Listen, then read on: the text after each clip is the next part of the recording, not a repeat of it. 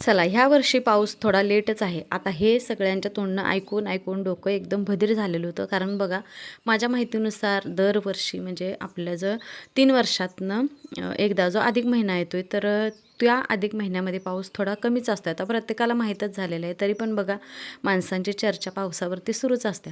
तर दरवर्षी ह्या घरात आहे ना, गळती सुरू व्हायची कपडे वाळत घातल्यानंतर. पण ह्या वर्षी माझा तो त्रास मिटलेला आहे आणि जेवढं नवऱ्याचा आभार मानाल तेवढं थोडं आहे बघा. कारण तिने मला मशीन घेऊन दिली पावसासाठी. एकदम भारी आणि मस्त म्हणजे असं मशीन मला मिळालेले आणि तुम्हाला दाखवलेलीच आहेत. तर भरपूर कपडे धुवून होतात आणि पिळून पण एकदम छान निघतात.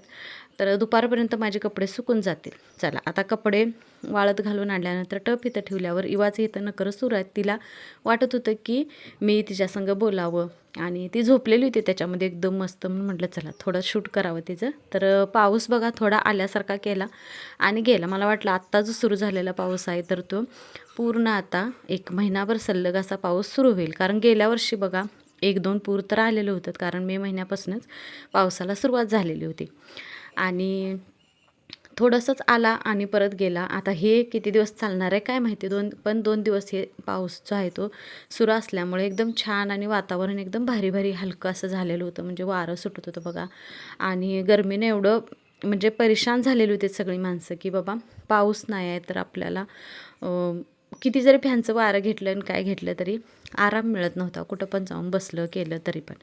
आता बघा, मनामध्ये टेन्शन असलं तर तोंडाची चव का बिघडत्या मला समजत नाही. तर तसंच झालेलं होतं 2-3 दिवस. त्यामुळं सानू म्हटली चल आज तुला मी माझ्या हातचा फोडणीचा भात जो आहे तो करून देतो. आता भात सकाळी केलेला होता तोच तिनं फोडणी टाकलेला होता. पण छान वाटलं बघा. कधी तर असं दुसऱ्यांच्या हातचं खायचं म्हटलं की किती पण मग म्हणजे तोंड आल्यासारखं होऊ दे किंवा आपली तब्येत बिघडलेली असू दे तर त्याच्यामध्ये छान वाटते असं कोणीतर आपल्याला एखादं काय तर पदार्थ बनवून दिला. तर आता ह्या सगळ्या कामाच्या ह्याच्यात संध्याकाळचे 5 कधी वाजले कळले नाही. तर कपडे शिवायचे होते मला, त्यासाठी थोडंसं एक झोप घेतली आणि उठलो. म्हणजे जरासं हलकं वाटते बघा आपल्याला. जर कंटाळवाणी असं कंटाळा आळस आलेला असला तर दुपारच्या वेळी परत थोडा पाऊस आलेला होता आणि असंच हे सुरू होतं. त्यामुळं माझं तर आता टेन्शन मिटलेलं आहे कपडे आत बाहेर करायचं. मी डायरेक्टच आत टाकली. तर ह्या वेळेला माझे कपडे सुकलेले होते संध्याकाळचे 5 वाजता. तर बघा इथं आता 2 दिवस झालं पाऊस थोडा हलका आहे तर मी मशीनमध्ये कपडे लावायला सुरू केले आणि चूल पेटवायला पण सुरू केले. चला आजच्यासाठी एवढंच.